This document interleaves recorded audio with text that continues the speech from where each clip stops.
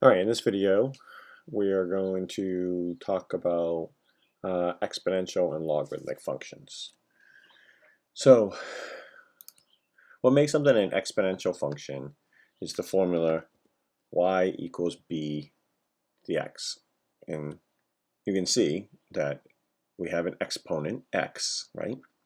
B is our base, and y is a variable. X is also a variable. So what's different now than what we've been doing is before, the base has typically been the variable, and the exponent has always been an integer.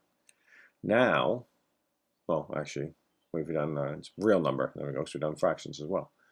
Now we're swapping it. We're going to make the exponent the variable. All right, and so for something to be an exponential function or exponent function, the base has to be greater than 0, and it cannot equal 1. And the reason for this is if the base equals 1, then y equals 1, and that is a line. We've already covered lines. With b greater than 0 means b cannot be negative, right? If b is less than 0, then it is not an exponential function. All right, you can have b be a negative number. It's just if it is, it's not exponential. Right? It's another type of function. So some basic features of exponential functions. The domain is all real numbers. The range is greater than 0. I'm going to graph two of these so you can see that. The x is an asymptote of the graph, which means even though the graph will show like looks like it's touching x, it actually never does, right?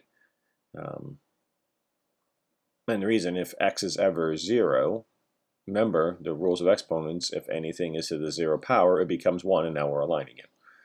So it can never touch x because if it does, it becomes a line. All right.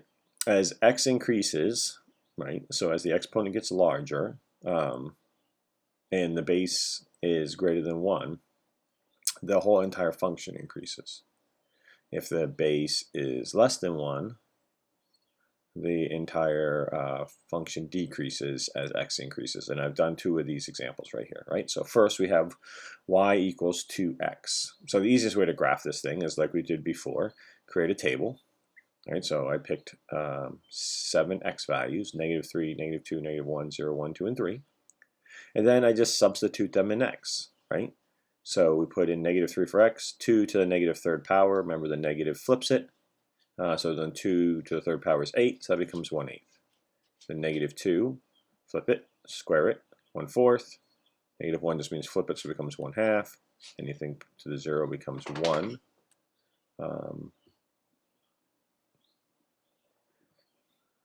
And then 1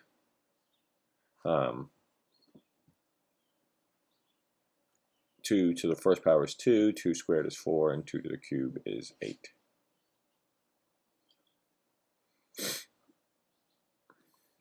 So now I graph this, right? So here's our first graph, and you can see as x increases, the graph increases. And again, the graph looks like it's on that x is always equal to, that x is 0 and y is 0, which is never going to be the case. It'll get really, really small, and that's why it looks like it's touching it. So here, I've now just made it a fraction. So this is where b is greater than 1. This is where b is less than 1. So I built my same numbers for my table.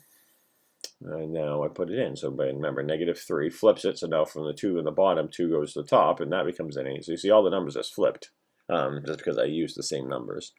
But my graph is also flipped, right? So now b is less than 1. So as as x increases, my function decreases, and it keeps getting closer and closer to 0. But again, it can never get to 0. Some of the problems in the homework are just literally, can you type things into your calculator, right? So exponential function has a special base when you have base e. We'll cover this more in the future chapters. But you just look for this on your your calculator, right? So it looks like a little e, It's usually around the ln key.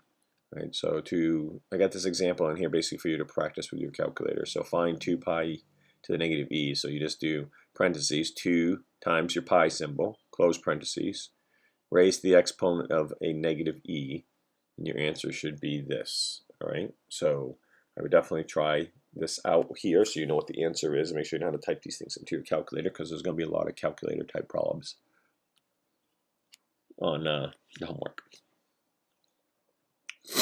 So that's 13.1. 13.1 is all about being an exponential function, an exponent function. 13.2 is a logarithmic function, right? And they are related. So if y equals b to the x, there's my my exponential function. Then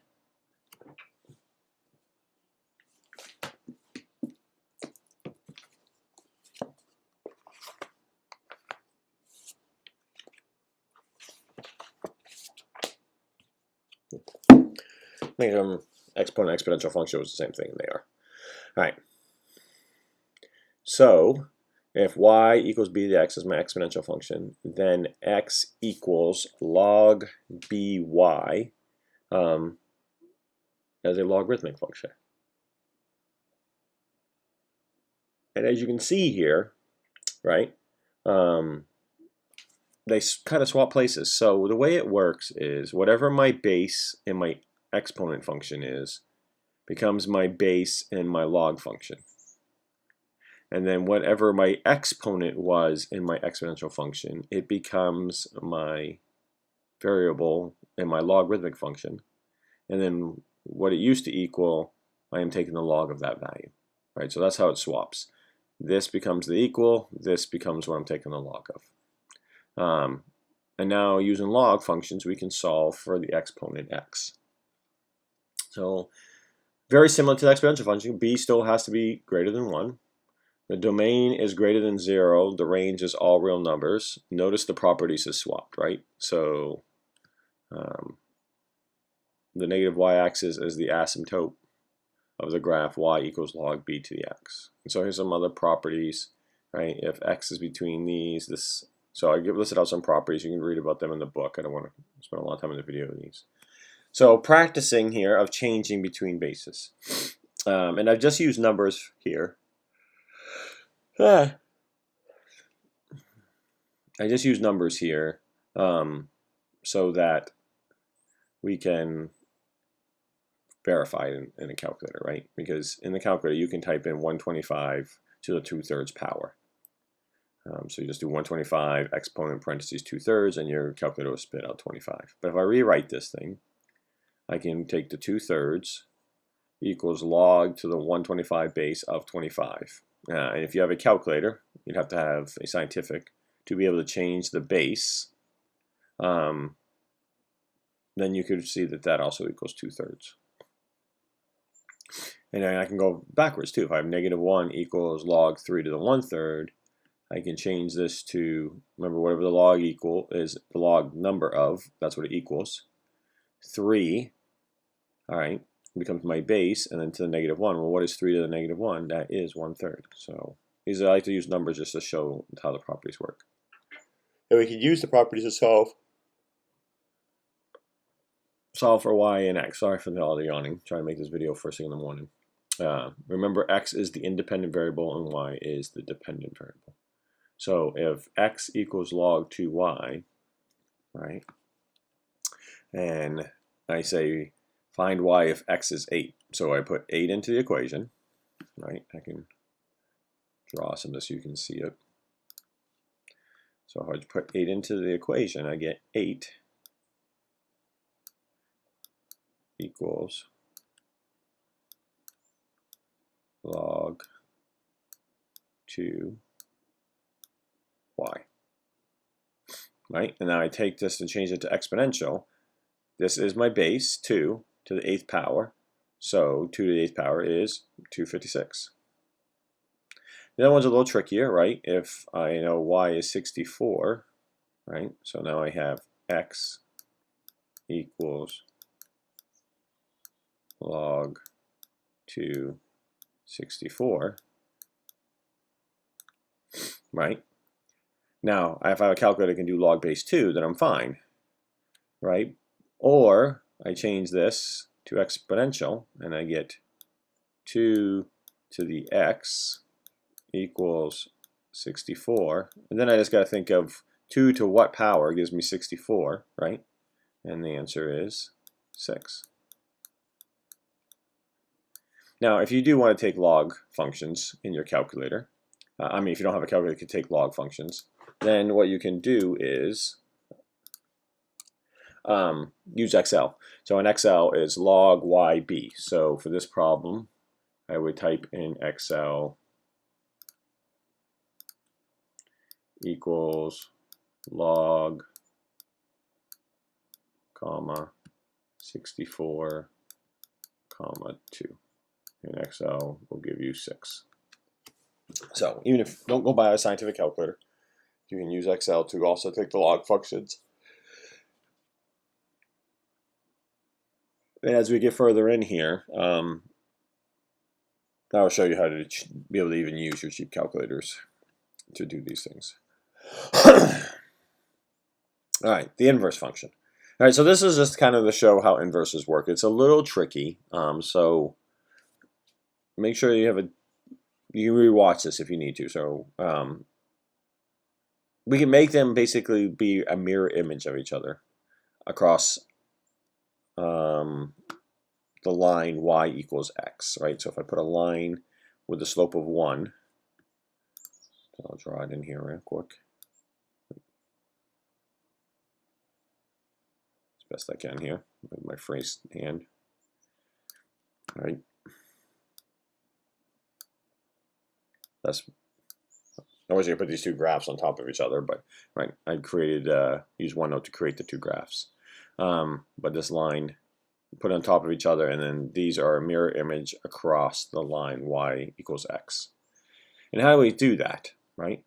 So if y equals 3 to the x, I can do just like I did before, and I can pick some numbers and I graph it, and that's what I did here. Now, if I change this to logarithmic, right, then the x comes over and it comes log x equals log 3y. But to show the inverse, I swapped them. I made y equals. So I basically kept y equals for both my equations. Because if I don't, then I get what I get up here. By doing this, I can get the inverse. So I let y be equals for both of these. So basically these two are no longer interchangeable, which is what this is up here. These are my inverses of each other. So you can see the numbers just swap places, and then I graph them, and they swap. And the key difference between here is I didn't use the exponential function to keep x over here. I kept my domain and range as they are, which forced this to be an inverse function where they reflect across the line y equals x. Now bringing this all together, right, I can solve an equation now. So if I want to solve for a, so I have 3 log to the base 8, a minus 3 equals 2, right? So if I want to solve this, first if I divide this side by 3 and this side by 3, I'm going to try to keep it over here, so then I get log 8 a minus 3 equals a negative 2/3. Right, now if I change this to exponential, right, then I get 8 to the negative 2/3 equals a minus 3.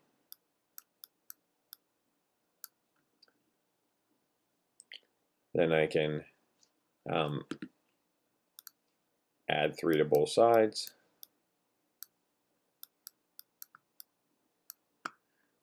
So I get 8 to the negative 2/3 plus 3 equals a, which is 3.8. 2, 5.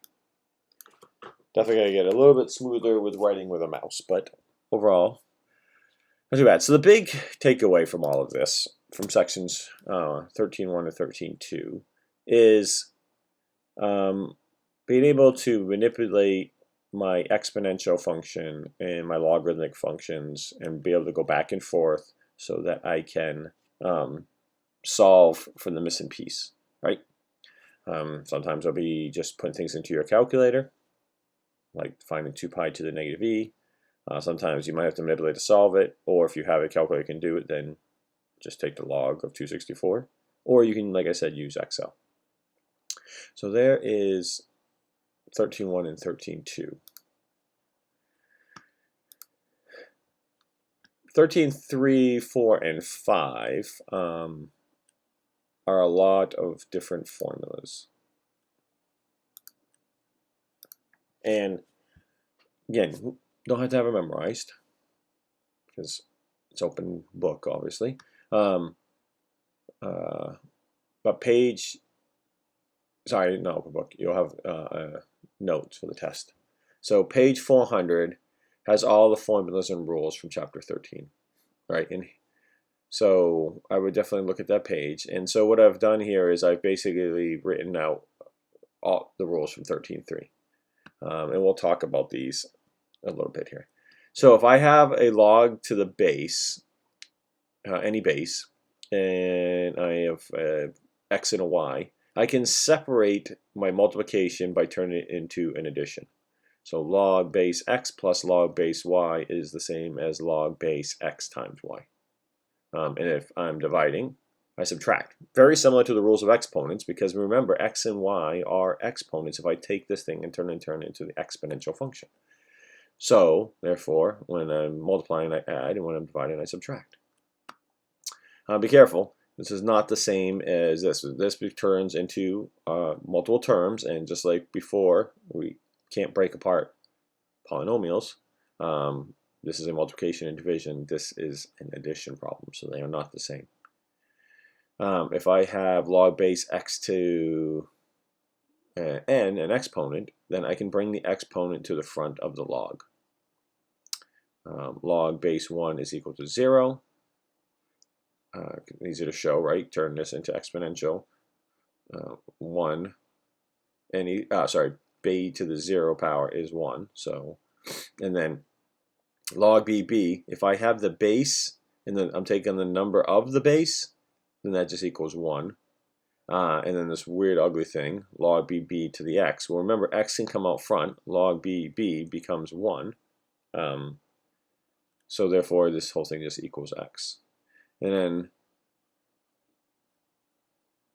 b raised to log bbx, that's the same as exponential function. So those also just cancel and the x kind of drops down. We'll use that a lot when we get into natural logs of how to get rid of things we don't like. So, some examples here. So if I have log base 3 to the 10, and it just wants me to change this to a sum problem, then I just got to find factors of 10. I could do 10 and 1. I chose to do 5 and 2. So, and then log 3 2a over 5. Again, I'm dividing, so I take the numerator minus the denominator, keeping log 3 the same.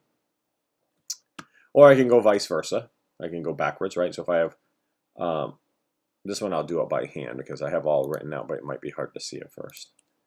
So if I have log 3 5 minus 3 log 3x, right? So log 3 5 minus 3 log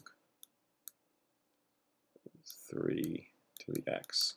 So remember, the first rule says I can take this and make it my exponent. Right, so then I get log 3 5 minus log 3 x cubed. And now I'm subtracting, so this just turns into a division problem. So log 3 5 over x cubed. Now, you might be asking yourself at this point, why do I need to learn this to rewrite all these things? A lot of this was done before technology. Now we have technology. A lot of this is not used as much anymore. But this is how we used to do solving logarithmics by hand, right? And there's a lot of things that have logarithmic functions, sound waves, radiation, decay, and half-life stuff that is actually exponential, which you know logarithmics and exponential have a relationship. Then also the Richter scale for earthquakes is logarithmic. So there is lots of things in engineering and different STEMs that use logarithmic functions a lot. So understanding the properties of logarithmics makes you understand the properties of those fields when you get into them. Remember, we are at the end of algebra. This is our last thing we cover. So this is really a lot to help prepare for everyone that's moving on to pre-calc into calculus. So if this is your last math class, well, this is freebie and you get to learn something cool. If not, this is the basis, the foundation of getting into the next level of advanced algebra in calculus. So, right, that's all we're going to kind of do for this lesson is just basically manipulating our functions. So, I got a couple more examples of how to solve these. So you can kind of look at different things here of moving things around.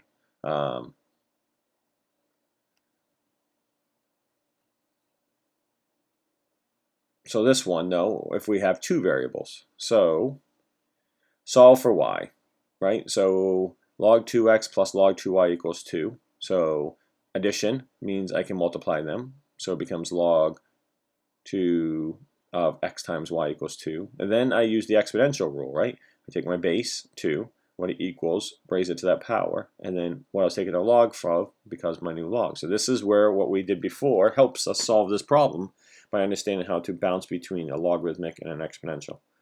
Right? Well, 2 squared is 4, and I divide both sides by x, so y equals 4 to the x. So a lot of the homework problems are going to be just converting things, moving things around so you can kind of solve stuff. 13.4 is probably the easiest of the three because it is straight just calculator, right? So properties of log base 10. So if you take out your calculator and it has a log function on it that says log, that is to the base 10. Depending on, like if you have TI-83, TI-84, those ones you can actually go in and change what the log is. Excel, I've showed you how to change the log. But for most calculators, if it says log and it has no numbers, that is log base 10. So just to kind of prove that it is, log 10 of 0.5392. So just take out your calculator, hit the log key, type in 0.5392, and your calculator should give you the answer, negative 0.2683. If it did, then your calculator is log base 10. And if we want to convert it to exponential, which would be 10 to the negative 0.2683, we get back to the 0.5392.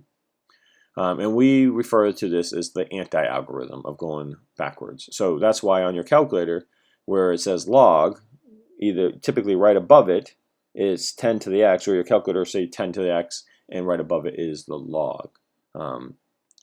So an example, if I want to solve for the anti-log of 3.4898, then I go to my calculator, I use the 10x key, and I just put in 3.498. So 10 to the 3.498 equals 3,147.748, right?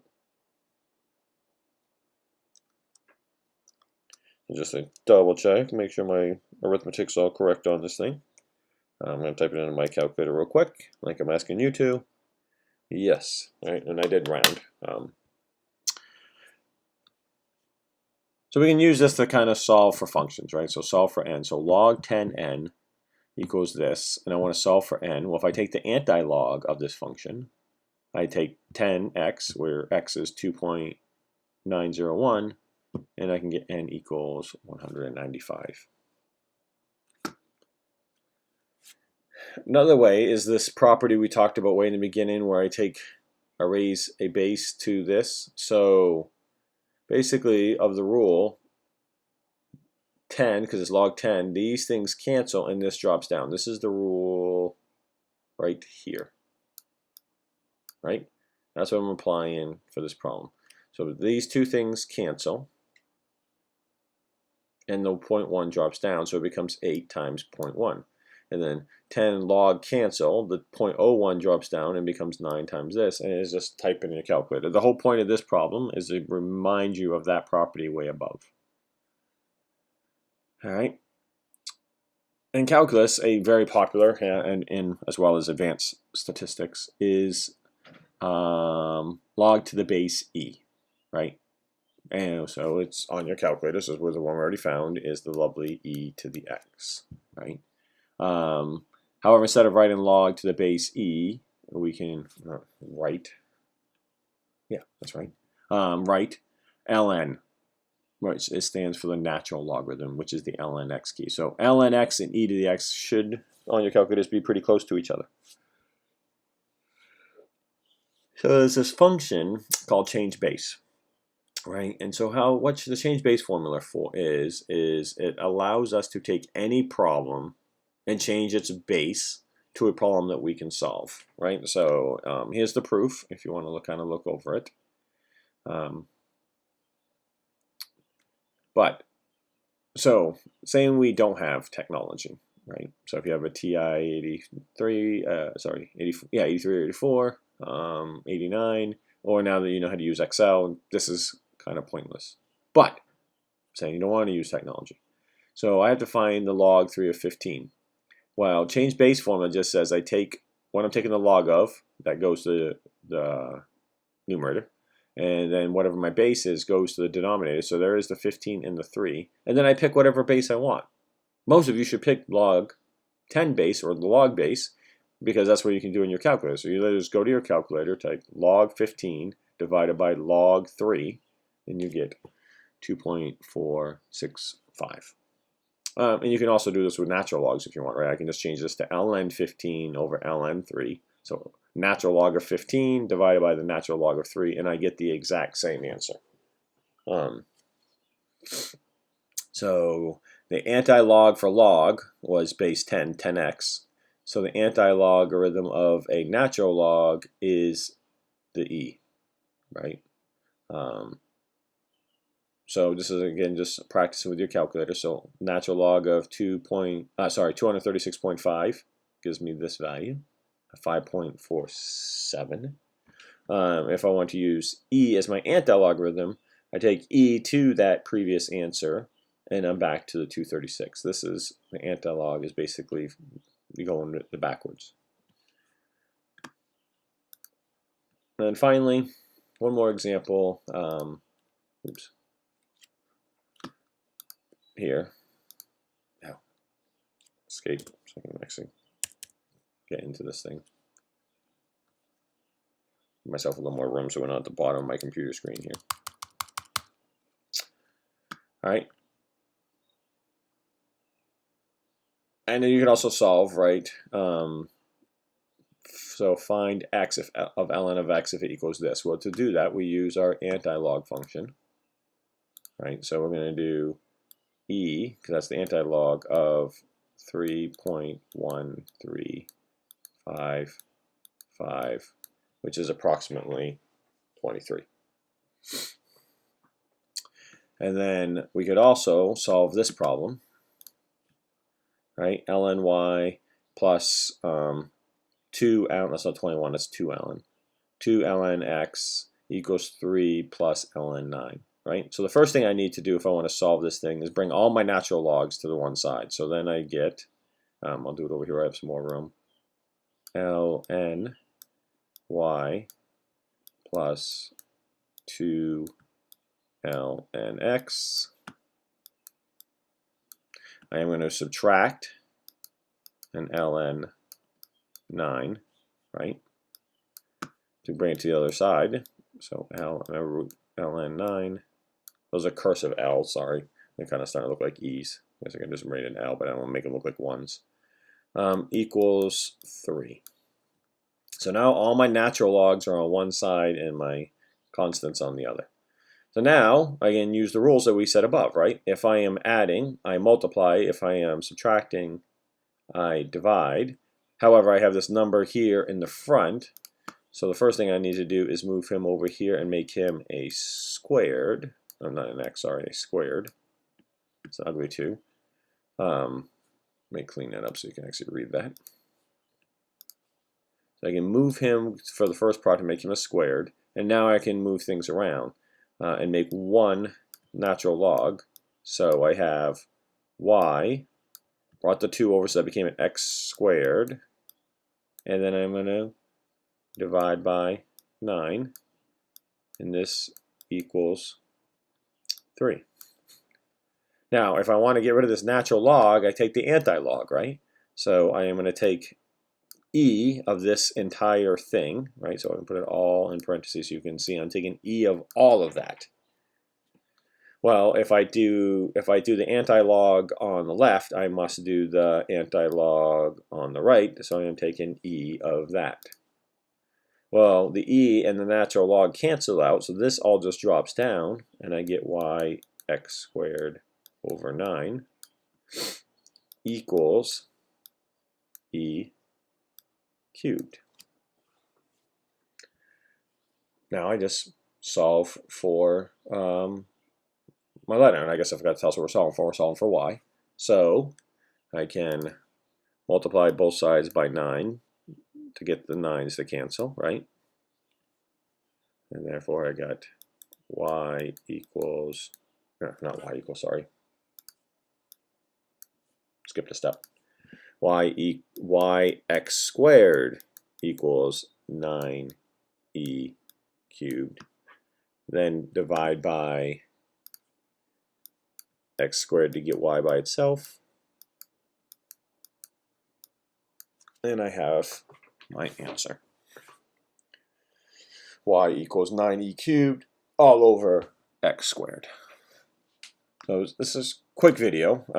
We definitely go, if you're in the classroom, would have gone a little bit slower and covered a lot more practice problems. But the good thing with videos, you can rewatch this problem as you do the homeworks.